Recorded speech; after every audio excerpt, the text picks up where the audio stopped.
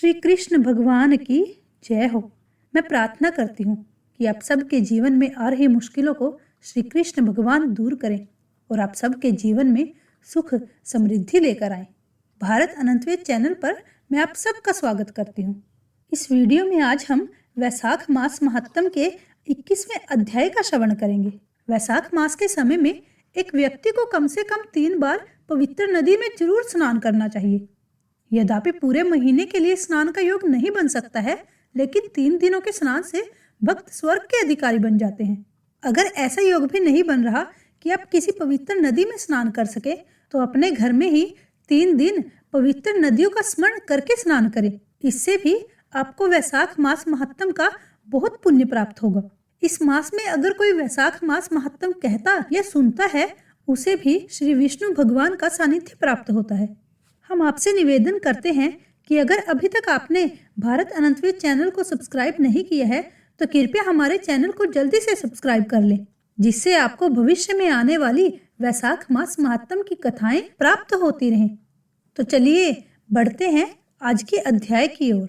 इससे पहले के अध्याय में आपने सुना था कि किस प्रकार पांडव पुत्र अर्जुन ने अपने द्वारा की गई प्रतिज्ञा को भंग करने के बाद तीर्थ यात्रा का निश्चय किया और किस प्रकार वे तीर्थ यात्रा पर गए।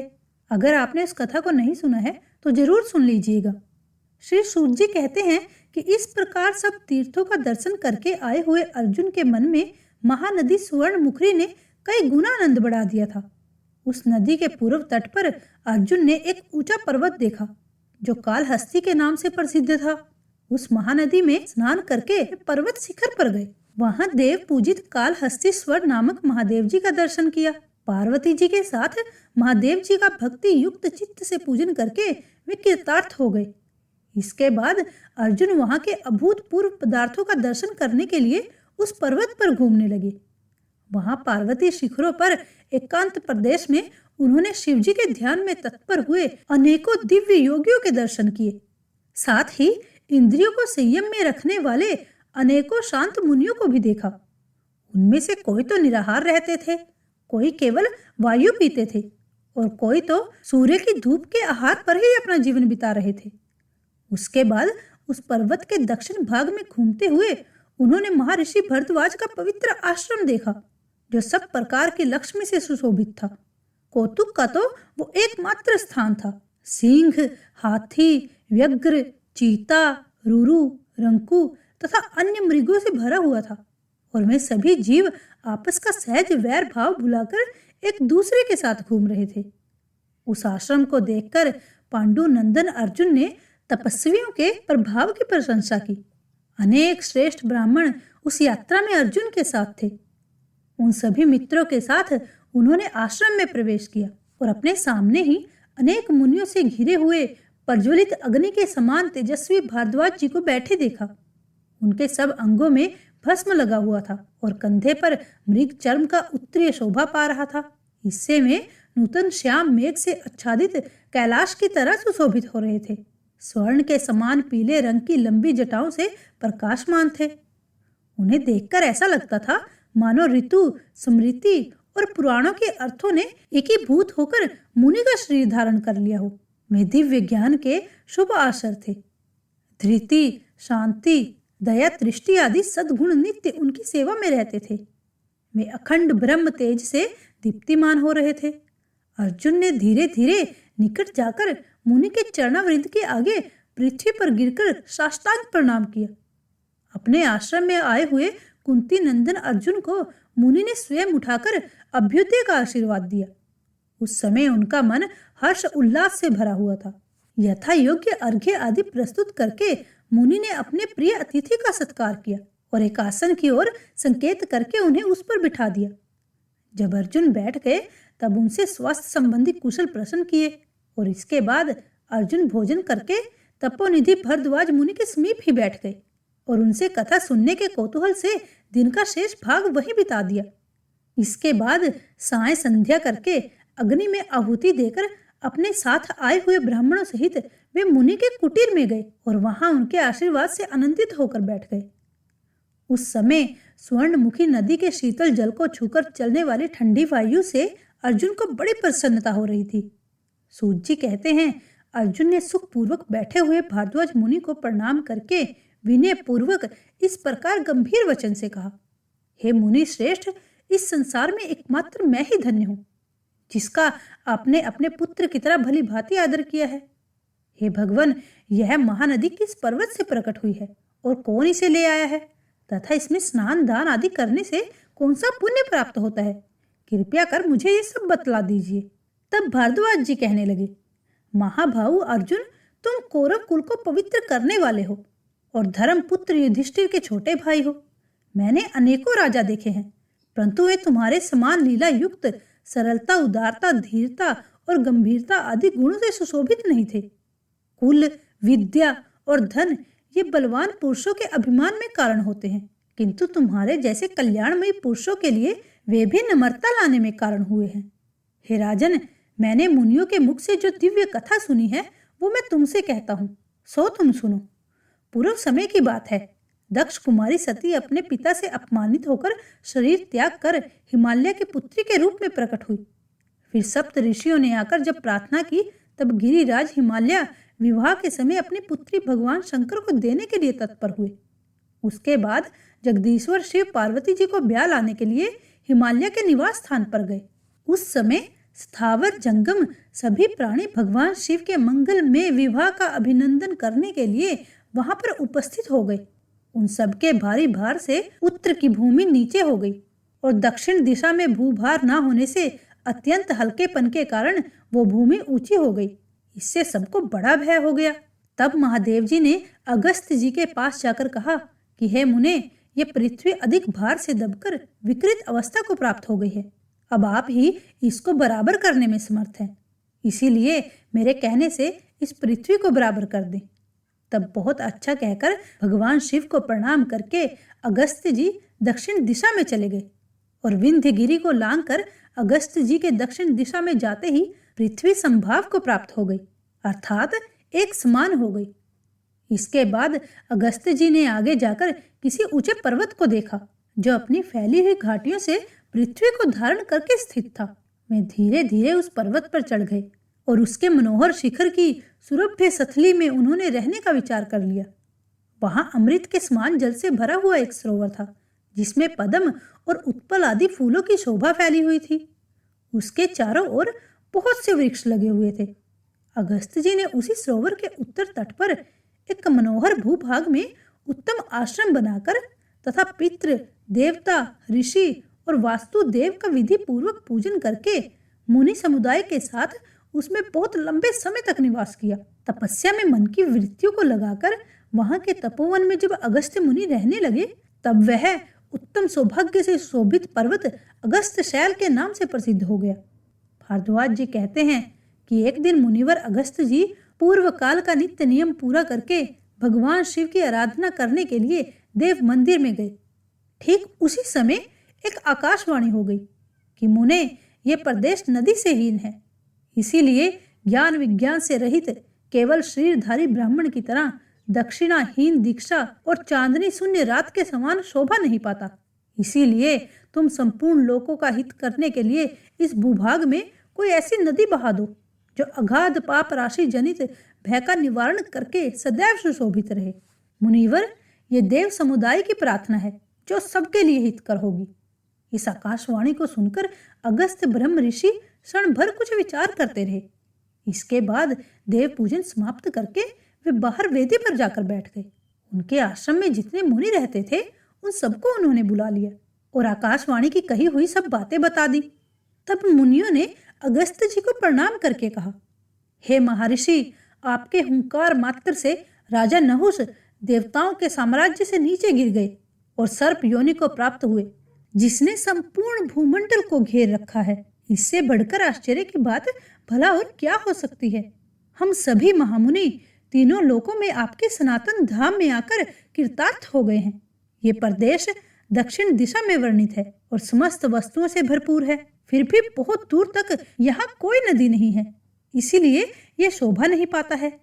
हे अनघ, कब ऐसा शुभ अवसर प्राप्त होगा जब हम इस देश में आपके द्वारा बहाई गई किसी महानदी में स्नान करके कृतार्थ होंगे।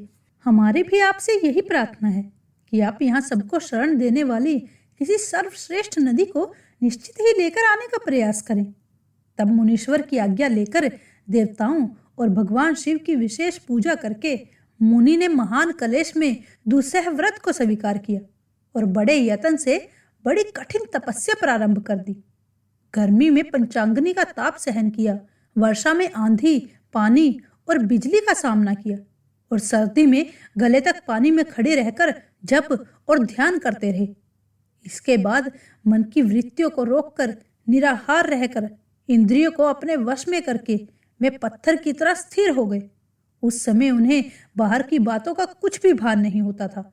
इसके बाद तपस्या में लगे हुए अगस्त्य जी के आगे श्री ब्रह्मा जी प्रकट हुए। उन्हें देखकर मुनि ने प्रणाम किया और अनेक प्रकार के स्तोत्र द्वारा स्तुति की। तब विनयवनत अगस्त्य जी की ओर देखकर प्रसन्न वंदन होकर ब्रह्मा जी ने पवित्र वाणी में कहा, उत्तम व्रत का पालन करने वाले हे महर्षि, तुम्हारे इस दुष्कर तप से मैं बहुत संतुष्ट हूँ। तुम्हें जो भी अभिष्ट हो मांग लो, मैं उसे ही दूंगा।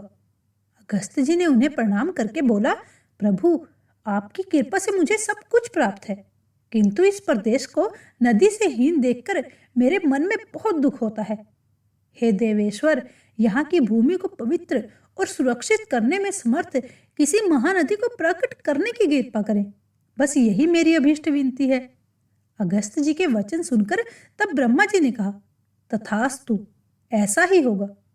फिर उन्होंने अपने मन में आकाश गंगा का स्मरण किया और जब वह उनके आगे आकर खड़ी हो गई तब उनसे कहा, हे गंगे, संसार का उपकार करने वाले कार्य में संलग्न होने के लिए मैं तुम्हें आज्ञा देता हूँ। इस नदीहीन देश में सब लोगों के हित के लिए नदी प्रवाहित करने के लिए ये अगस्त्य जी तपस्या और प्रयास कर रहे हैं। इसीलिए तुम अपने एक अंश से पृथ्वी पर उतरकर अगस्त्य जी के दिखाए हुए मार्ग से जाओ और यहाँ के रहने वाले मनुष्यों को पवित्र कर दो। ब्रह्मा जी ने कहा कि सभी नदियों में तुम्हारी प्रधानता है और तुम अपने शरण में आने वाले लोगों की सुरक्षा करती हो। आकाश गंगा और अगस्त्य मुनि जी ने उनको प्रणाम किया। उनके प्रणाम, पूजा और विशेष स्तुति के बाद वे वहां से अंतर ध्यान हो गए। इसके बाद आकाश गंगा जी ने मुनीश्वर अगस्त्य जी को अपने अंश से उत्पन्न हुई दिव्य तेजो में मूर्ति का दर्शन कराया। आकाश गंगा ने कहा, हे मुनीश्वर, ये मेरा अंश है। ये पृथ्वी पर पहुंचकर नदी के रूप में परिवर्तित होकर तुम्हारी इच्छा को पूरा करेगा। ऐसा कहकर आकाश गंगा वहां से चली गई और उनके अंश से उत्पन्न हुई दिव्य मूर्ति ने मुनि से पूछा कि मुझे किस मार्ग से जाना होगा। तब अगस्त्य जी ने कहा, हे कल्याणी, मैं आगे आगे चलकर तुम्हारे लिए उपयुक्त मार्ग दिखाऊंगा, तुम मेरे पीछे पीछे चलो। इसके बाद मुनिवर अगस्त्य जी ने बड़ी प्रसन्नता के साथ गंगा जी को उनके लिए उपयुक्त मार्ग दिखाया और वे आगे आगे चलने लगे। उस नदी को देखकर उस भूमि के निवासी मनुष्य बड़े प्रसन्न हुए और कहने लगे, हमें ये सुधा के समान मधुर और निर्मल जल प्राप्त हुआ है। ऐसा कहते हुए वे बहुत प्रसन्न हो गए। उस समय श्री ब्रह्मा जी की आज्ञा से सभी देवताओं ने सुना कि वायुदेव ने कहा, ये नदी लोगों के लिए स्वर्ण की तरह प्राप्त हुई है और महर्षि अगस्त्य जी ने इसे पृथ्वी पर लाकर अपनी कल कल ध्वनि से सभी दिशाओं को गुंजित किया है। इसीलिए ये स्वर्णमुखी के नाम से प्रसिद्ध होगी और ये अपने तेज से सभी लोगों द्वारा प्रशंसित होगी। इस प्रकार ये दिव्य नदी स्नान पान आदि की व्यवस्था से सभी मनुष्यों को सुख पहुंचाती हुई इस पृथ्वी पर स्थापित हुई। अर्जुन, जो रोगों से पीड़ित और अधिक व्याकुल मनुष्य है, उन सबके रोगों का निवारण करके उन्हें स्वस्थ बना देने वाला केवल स्वर्णमुखी का ही जल है। हे अर्जुन, ये नदी कीचड़ से मुक्त, अत्यंत निर्मल, पाप नाशक, मंगलमय और अत्यंत स्वादिष्ट अमृत के समान जल धारण करती है। अगस्त पर्वत से इसकी उत्पत्ति हुई है और ये उत्तम तीर्थ समूह से सुशोभित होकर दक्षिण समुद्र में जाकर मिली है। महर्षि अगस्त ने इस नदी का दक्षिण समुद्र से संगम करा के इसकी स्तुति करके कृतार्थता का अनुभव करते हुए फिर अपनी इच्छा के अनुसार अपने आश्रम में वापस लौट गए। अर्जुन ने कहा, भगवान, आपने इस महानदी की उत्पत्ति का वर्णन मुझसे किया, अब मैं इसके प्रभाव को भी सुनना चाहता हूँ। भारद्वाज जी तब कहने लगे, हे पांडुनंदन, 100 योजन दूरी से भी इस स्वर्णमुखी का स्मरण करके मनुष्य सब पापों से मुक्त हो जाता है। यदि किसी व्यक्ति की अस्थि स्वर्णमुखी नदी के जल में डाल दी जाए तो वो उनके ब्रह्मलोक तक पहुंचाने की सीढ़ी बन जाती है। स्वर्णमुखी का स्मरण करने वाला मनुष्य चाहे वह कहीं भी अन्य जल में स्नान करे, उसे उत्तम पद की प्राप्ति होती है। इंद्र आदि देवता स्वर्णमुखी नदी में स्नान करने के लिए इतने उत्साहित होते हैं कि वे मनुष्य शरीर को ही प्राप्त करना चाहते हैं। यदि किसी ने 1 तोला भी स्वर्णमुखी नदी का जल पी लिया तो वो देहधारियों के पर्वत समान पापों का भी तुरंत नाश कर देती है। देवताओं में श्री विष्णु, नक्षत्रों में चंद्रमा, मनुष्यों में राजा, वृक्षों में कल्प वृक्ष, महाभूतों में आकाश, समस्त शक्तियों में माया शक्ति, मंत्रों में गायत्री मंत्र, देवताओं के अस्त्र शस्त्रों में वज्र, तत्वों में आत्म तत्व, यजुर्वेद के मंत्रों में शेषनाग, पर्वतों में हिमालय, क्षेत्रों में वाराह क्षेत्र और इंद्रियों में मन के समान समस्त नदियों में स्वर्णमुखी नदी श्रेष्ठ है। अगस्त पर्वत से उत्पन्न होकर दक्षिण समुद्र में मिलने वाली और सभी पापों का नाश करने वाली स्वर्णमुखी नदी की मैं शरण लेता हूँ। जगदम्बे, बड़े बड़े पापों से दग्ध हुए अपने शरीर को मैं आपके जल से धोता हूँ। कृपया मुझे कल्याण से युक्त करो। इन 2 सूक्तों का भली भांति उच्चारण करके जो मनुष्य नियम अनुसार स्वर्णमुखी के जल में स्नान करता है वो शुद्ध होकर आनंद का भागी होता है। कुंती नंदन, चंद्र और सूर्य ग्रहण के समय स्वर्णमुखी के तट पर किया गया स्नान, दान, ये अनंत फल की प्राप्ति कराने वाले होते हैं। संक्रांति, अयन और व्यातिपात के दिन स्वर्णमुखी नदी में किया गया स्नान मनुष्य का उद्धार कर देता है।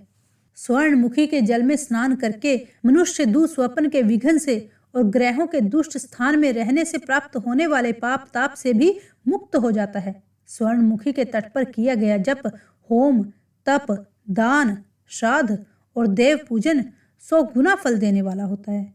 हे अर्जुन, इस प्रकार मैंने तुमसे महानदी स्वर्णमुखी की उत्पत्ति और प्रभाव का विस्तार से वर्णन किया है। अब तुम और क्या सुनना चाहते हो? वैशाख मास महत्तम अध्याय 21 समाप्त। अर्जुन ने आगे भारद्वाज जी से जो कुछ भी पूछा उसका वृत्तांत आप अगले अध्याय में सुनेंगे। हम आशा करते हैं कि आपको आज का पाठ सुंदर लगा होगा। अगर आपको हमारा पाठ भक्तिपूर्ण लगा हो तो कृपया हमारे चैनल को सब्सक्राइब करना मत भूलिएगा, जिससे आप इस वैशाख मास की यात्रा में हमारे साथ जुड़ सकें। जय श्री कृष्ण।